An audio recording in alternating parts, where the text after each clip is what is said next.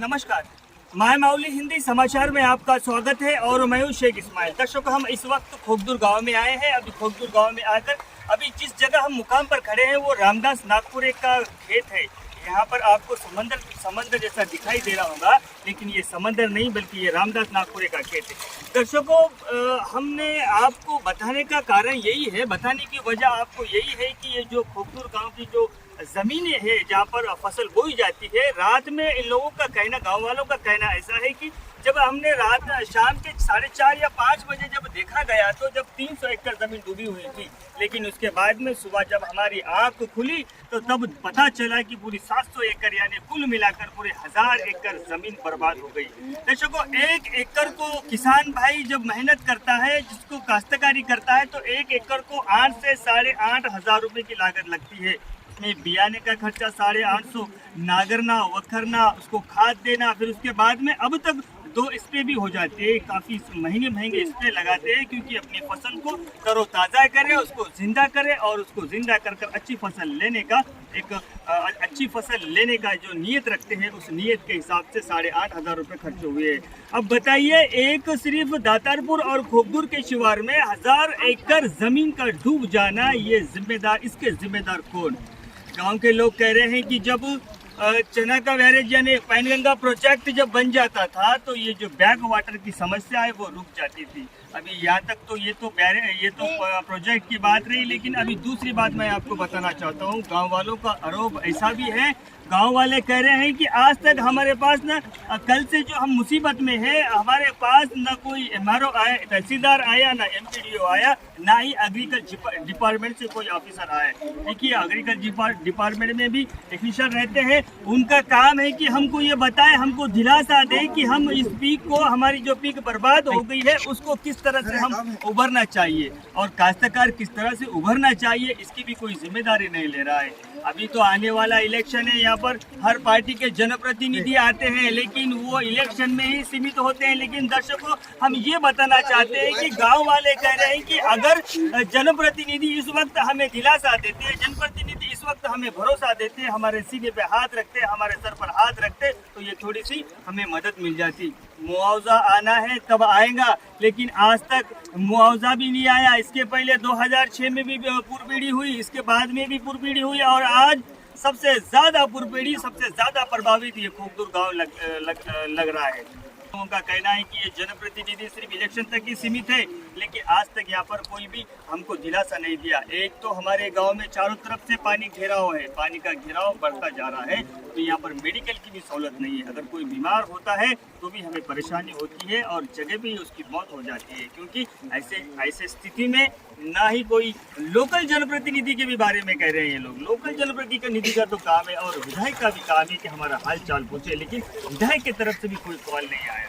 दर्शकों, हमारी हालत बस से बदतर होते जा रही है, लेकिन हमारे खोखदुर गाँव वासियों पर किसी की नज़र नहीं है। अभी इन लोगों का कहना है कि जो हमारा जो पौधा है, जो हमें जो खुशी देता था, आज वो ही मुरझा गया है। तो बताइए, इन 2 महीने के बाद में हम कौन सा बियाना लगाए? इसके हिसाब से भी एग्रीकल्चर डिपार्टमेंट में भी कई सारी उंगलियां उठ रही है।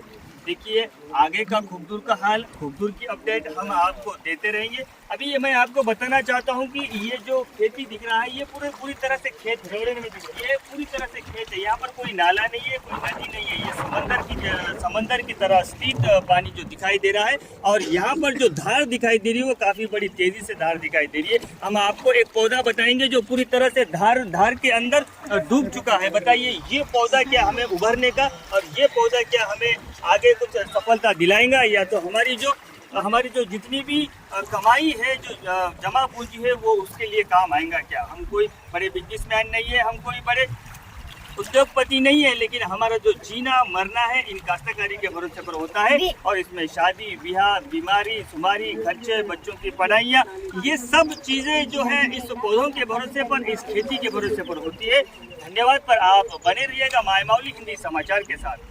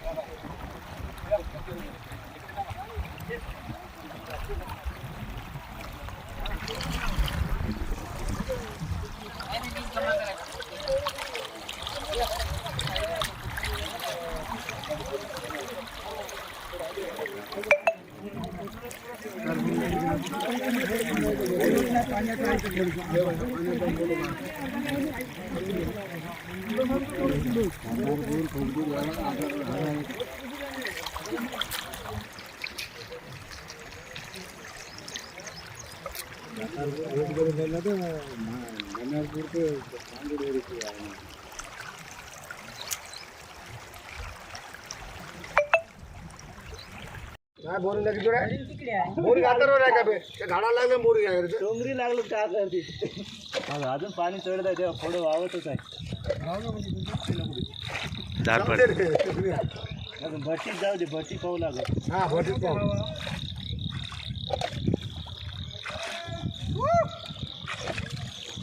धन्यवाद शुभाकांक्षी पाणी भरून आणून राहू त्या बाबलीच्या झाडावर त्याला जायची नंबर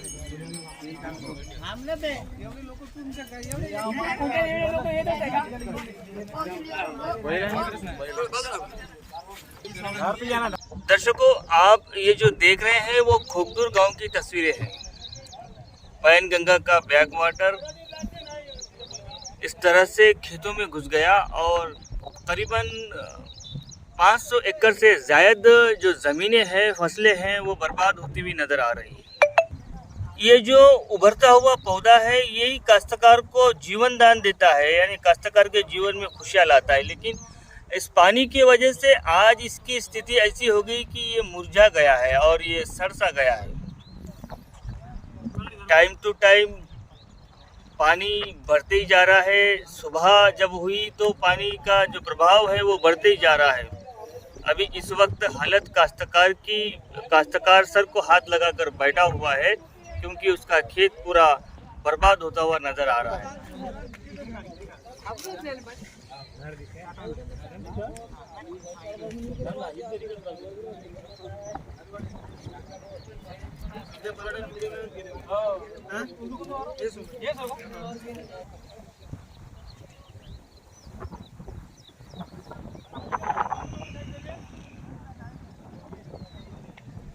का एमएलए जोगू रामन्ना साहब जी 2006 में बाढ़ आ गए, 2019 को भी बाढ़ आ गए, 12 को बाढ़ आ गए, 13 को भी आए और 22-23, मगर यहाँ तक कोई भी अभी तक काश्तकार को कोई भी मतलब नहीं मिला। यहाँ खर्चा कहता है एकरी खर्चा कहता है, बोलते खोगदुर काश्तकार, खोगदुर के पूरे काश्तकारों को एकरी 9,000 रुपये एकरी खर्चा आके पूरा डूब गया। और यहाँ की ज़मीन दातापुर शिव, खोगदुर शिव बोले तो 300-600 एकड़ पूरा डूब गए, डूबे हुए। मगर यहाँ कोई भी ना एमआरओ साहब आके नहीं देखे, ना एमपीडीओ साहब नहीं आके देखे, कोई भी यहाँ के एग्रीकल्चर ऑफिसर नहीं देखे, कोई भी आके नहीं देखे। मगर ये जो पैनगंगा प्रोजेक्ट जो है वो पैनगंगा प्रोजेक्ट पूरा कंप्लीट नहीं करे तो ये बाढ़ से हमारा नुकसान हो रहे।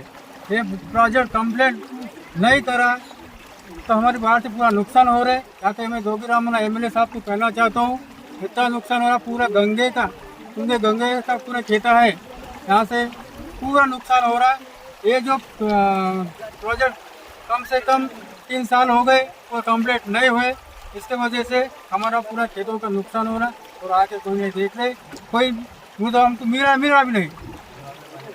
हमारे खोगदुर ग्राम पंचायत की तरफ से मैं सरपंच सुधाकर चौहान, मैं सभी गवर्नमेंट अधिकारियों को, तहसीलदार, कलेक्टर, एमपीडीओ सर को हम रिक्वेस्ट करता हूँ कि कल जो हमारी बाढ़ हुई, कल 500 खोगदुर शिवार, दातारपुर शिवार मिलकर 500 एकड़ गई, लेकिन आज तेजी से रात में बढ़ने से पूरा हमारे 1000 एकड़ तक अब डूब के है तो भी हमारे कोई अधिकारीगण नहीं आए।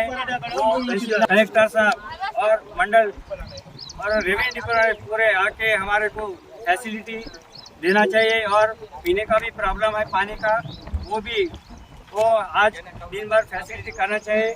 और हमारे दिन भर बढ़ने वाला पानी बढ़ रहा है और जो थोड़ी बच्चे से भी जाने का चांसेस है। और वो जो डूब के है वो फसल बचने वाला नहीं है। क्यों बोलो तो ये बहुत कोमल है, छोटा है, इस वास्ते वो रखता रहे। और हमारे एकड़ को 9,000, 10-11,000 ये काश्तकार खर्चा करके वो इसे तौर पे वो नज़र में हम खोगदुर गाँववासी वो कलेक्टर से हम निगरानी में ला रहे हैं।